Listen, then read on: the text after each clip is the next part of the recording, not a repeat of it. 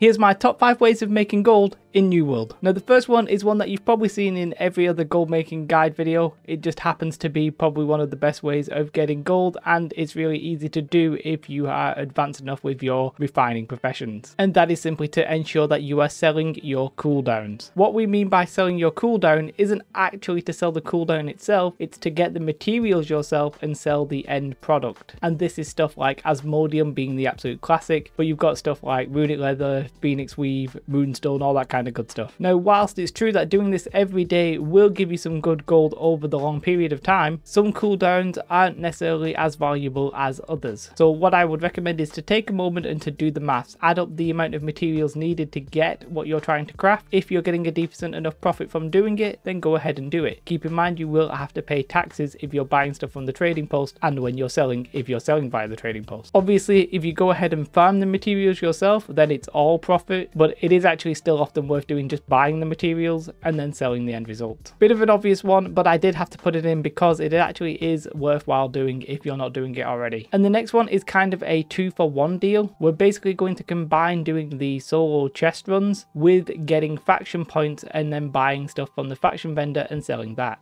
So let me explain. A lot of people are no longer doing the elite chest runs in the elite zones like Mythgard and Meatwater and all that kind of stuff, and I think this is basically leading to the pricing of the refining materials going up. For example, Obsidian Flux on my server is now sitting at 1.5 gold, and I've seen on some servers that this is actually worth more than 2 gold. So you can go to any end level zone and this will work, but I'm just going to do this in Shattered Mountain. And what I'm going to do is basically go to the faction vendor, take the suitable quests that I can actually solo, so not the elite ones. Feel free to do the elite chest runs if there's a group going, but this one I'm just going to concentrate on doing it solo. And then I'm going to go ahead and do those quests. But when I'm walking past any of the little areas of interest where there's like chests, I'm going to go inside and loot all of the chests. And then I'm going to proceed to where my quest is, finish my quest, loot the chests that are there, and then proceed to the next quest. Now I'm doing the PvE quests here. Feel free to do the PvP quests if you want and you're brave enough. Personally, I can't bother with that stress in my life when I'm just trying to farm gold. But it's actually worth noting that the PvE quests often give you more gold than the PvP quests. And that's important because your first 3 missions of the day are going to give you a 10 times gold boost. So for example, just doing 3 quests that are going to give you like about 10 gold will actually give you about 300 gold. So we're essentially going to do those quests for that gold bonus, and we're going to pick up any chests that we see on our way, maybe even go out of your way and get the extra camps and stuff like that just to get the chests. So personally, I ended up doing about 4 quests in about 40 minutes. I think I got nearly like 400 gold just from the quests, but I also got nearly 5,000 faction tokens because it's about 1,000 something per faction quest. And then what you can do is convert your faction tokens into currency, into gold, by basically buying a couple of different things. The one that is like flavor of the month at the minute is the Asmodeum chisel. This costs 5,000 faction tokens and 250 gold, but you can often sell it for about 1,000 gold or more. This is like a 750 gold profit,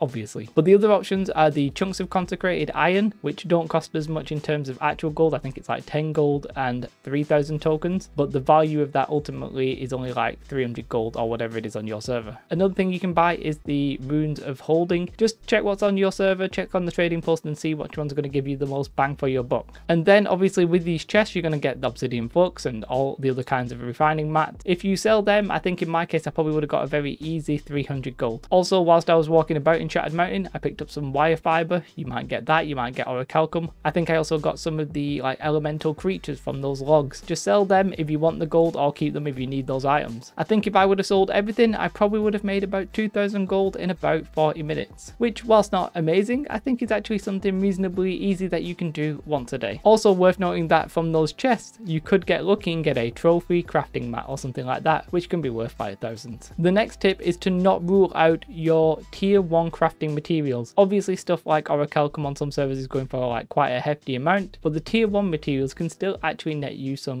decent gold, partly because it feels like the bots are a little bit less prevalent now that the game's a little bit less popular, and quite frankly a lot of people are level 60 and they want to do end game content rather than farming the tier 1 stuff. One of the best ones has always consistently been Rawhide, and the reason for that is probably because bots have a trickier time killing the creatures, whereas, you know, static nodes are a little bit easier for them to farm. So Rawhide is often like like about 0.30 on the server. You can get like thousands of that if you know the right spots. Generally those right spots are in Cutlass Keys. You can farm the dogs, you can farm out on the west coast, and there's a little bit right at the bottom of the south as well. There's probably other places, but I just, you know, don't know off the top of my head. So Rawhide is an absolute classic, but don't rule out the others. If you see that iron ore for some reason on your server is quite expensive, go out and farm it. Something that I often do if I've got like 15 minutes and I'm waiting around, I'll take a little proficiency potion, I'll go outside of Everfall and I'll just start chopping down trees. And I can probably make maybe like 300 gold in 15 minutes. Like, you know, if you're in a bit of downtime, that's alright, that's sensible and feasible. Obviously, if you play on a server and you're only playing like off-peak times, then you're probably better farming orichalcum, but that's going to be hotly contested, especially on populated servers at peak time. So if you play like me, where I play literally like weekday evenings and weekends, then I'm playing at the most popular times. It's unlikely that I'm going to run into like an orichalcum spot and just have my field day. The next one is sort of like a similar thing of farming, but I just want to say it's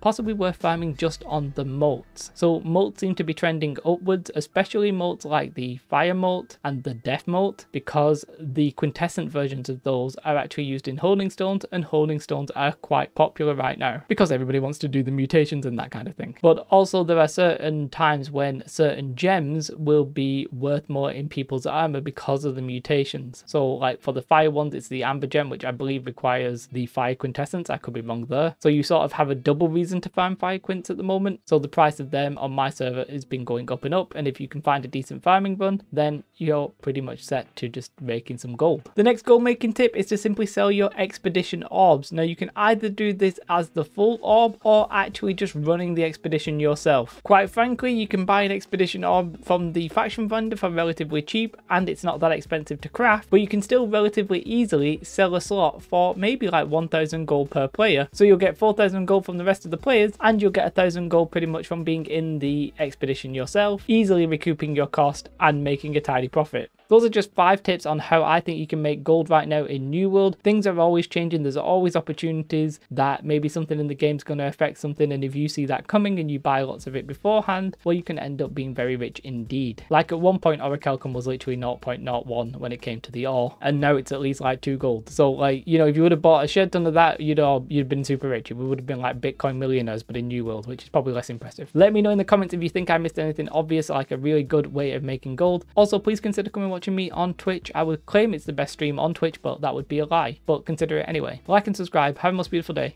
Goodbye.